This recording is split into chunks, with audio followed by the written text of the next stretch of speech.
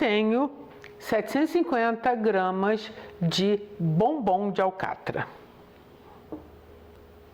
Eu limpei, bem limpinha a peça, retirei qualquer gordurinha ou nervo ou alguma película que tivesse, porque o rosbife é aquela receita que você vai dourando toda a carne na sua superfície, em todos os lados, até que você fique com uma crostinha bem douradinha, mas o interior completamente úmido, que você vai terminar essa preparação no forno, mas por pouco tempo. Como eu comentei, o rosbife, além de ser recheio de sanduíche, ele pode ser um prato principal.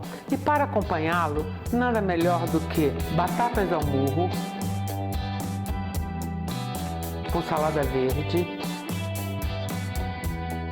ou então batatas gratinadas, arroz integral e purê de cenoura. Eu vou temperar esse rosbife. Eu vou usar azeite.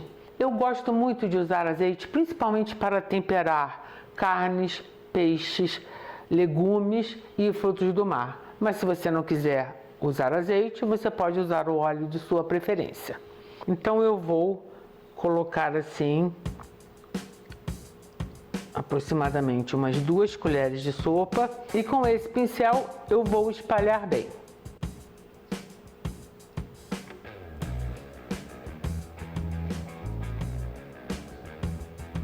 Agora, com uma pinça, eu sempre falo que carne não deve ser perfurada antes de você levá-la para assar, para grelhar ou mesmo para colocar na churrasqueira, porque você vai permitir que toda a umidade da carne, todos os sucos, saiam pelo aquele furinho que você fez.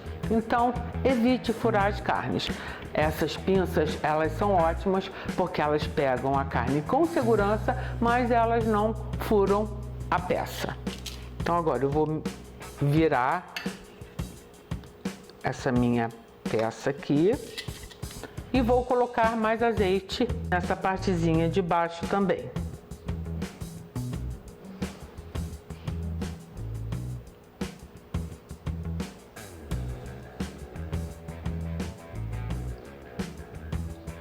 Agora o tempero. Eu vou usar essa misturinha de sal com pimenta, ervas e flores. A erva que eu estou usando aqui é tomilho, porque eu acho que tomilho e carne é uma combinação perfeita.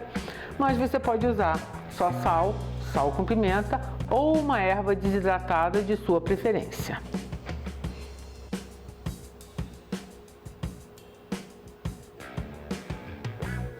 Com a pinça, vou virar de novo para temperar o outro lado. Agora que a minha peça está completamente untada com azeite e temperada, eu vou selá-la numa panela, que no meu caso eu vou usar uma wok. Enquanto eu vou fazer essa mudança, eu vou aquecer o meu forno e colocar um tabuleiro no forno, porque enquanto eu estiver dourando, selando a minha peça, esse tabuleiro vai esquentando.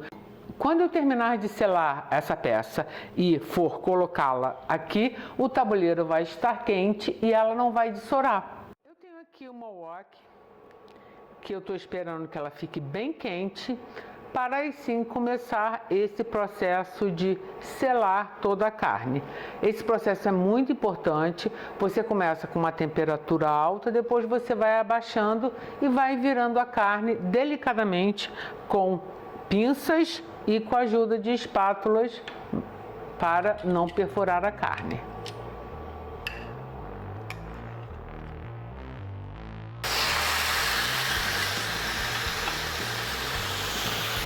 Uma dica para você saber se a carne está no ponto de virá-la é dar uma sacudida na wok. Se ela se mover é porque ela já fez uma crostinha do... Então agora, olha, a gente vai continuar com o nosso processo de selar a carne por completo. Como eu falei no começo, é um pouquinho demorado, mas o resultado final é maravilhoso. Agora que eu já selei a minha peça de carne de todos os lados, eu vou desligar aqui o meu fogareirinho e vou pegar aquela assadeira que eu coloquei no forno pré-aquecido para justamente receber a peça quentinha. Agora então eu vou colocar aqui a minha peça de carne e vou levá-la ao forno médio por aproximadamente 10 minutos. Eu gosto de 10 minutos porque quando eu for fatiar a minha carne, ela vai estar no meio mal passada. Caso você não goste tão boi gritando, você pode deixar de 15 a 20 minutos. Mas se você gosta mais tipo um rosbife, quase que carne assada, mas entre no meio do caminho, você pode deixar meia hora. Você pode usar vários molhos para acompanhar esse prato. Você pode usar um molho madeira, ou você pode usar um molho que você faça da sujeirinha que está grudada na frigideira que você selou a peça de carne. Então, a gente vai extrair todo o sabor que ficou grudado, né? No meu caso, da minha wok, eu vou usar meia xícara de vinho branco seco de boa qualidade. Eu sempre falo isso para você não estragar a sua receita com vinho ou outra bebida de baixa qualidade.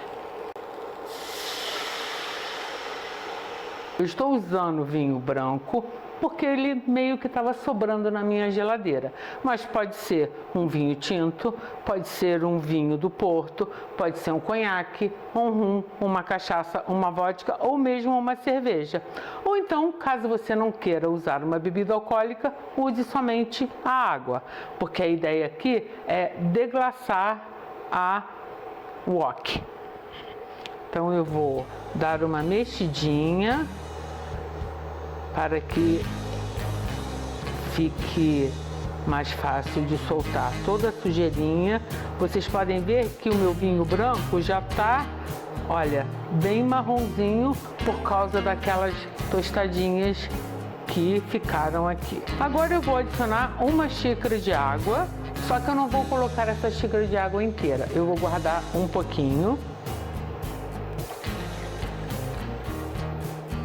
que eu vou dissolver 1/4 de xícara de maisena. Eu gosto muito de usar maisena em vez da farinha de trigo.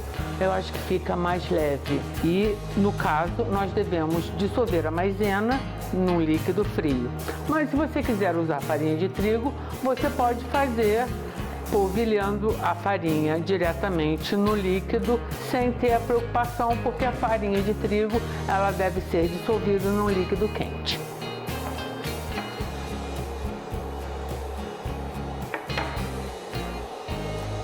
Agora eu vou dar um toque e vou colocar algumas gotinhas de shoyu. Vamos dizer que eu coloquei uma colher de sopa, mas se você não quiser, você não precisa usar shoyu. Agora que essa mistura de água e vinho já está começando a ferver, eu posso adicionar a maisena dissolvida.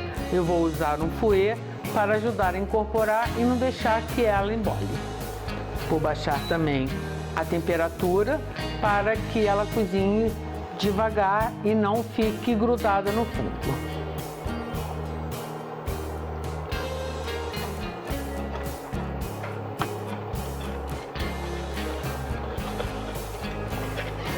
Olha só, vocês estão vendo? Esse meu molho já ficou encorpado. Eu vou desligar o fogo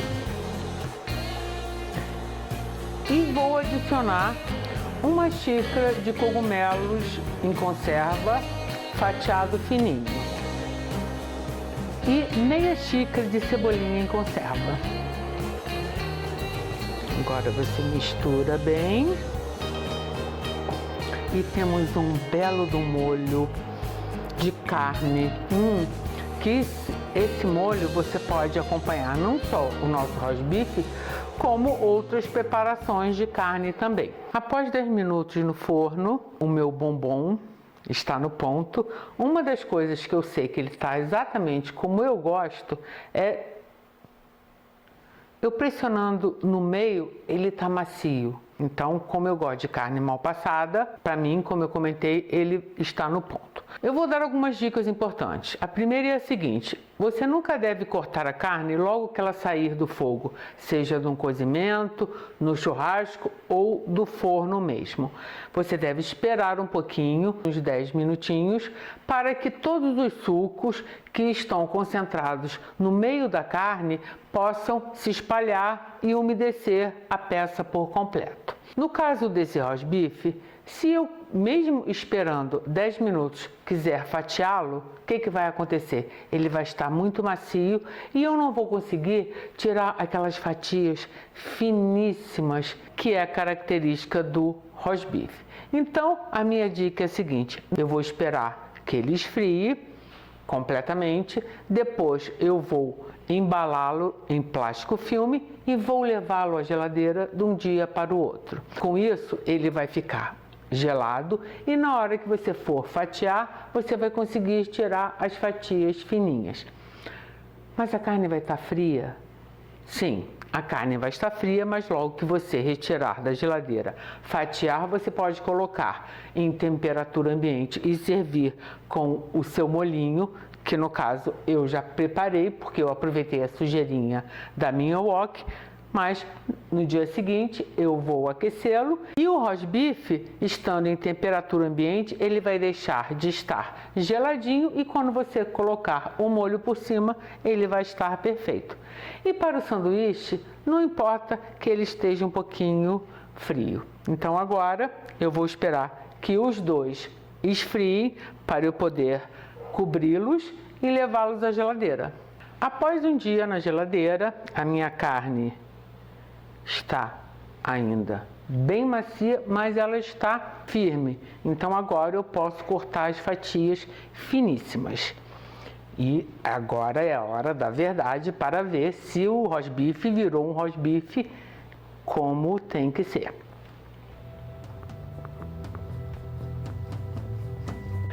Essa tampinha, ela fica mais passada porque é a tampinha, mas conforme a gente vai cortando, vocês vão ver que ele vai estar rosinha. Outra coisa, uma dica muito importante: use uma faca bem amolada. Se você não se garante com a faca elétrica, use uma faca bem amolada.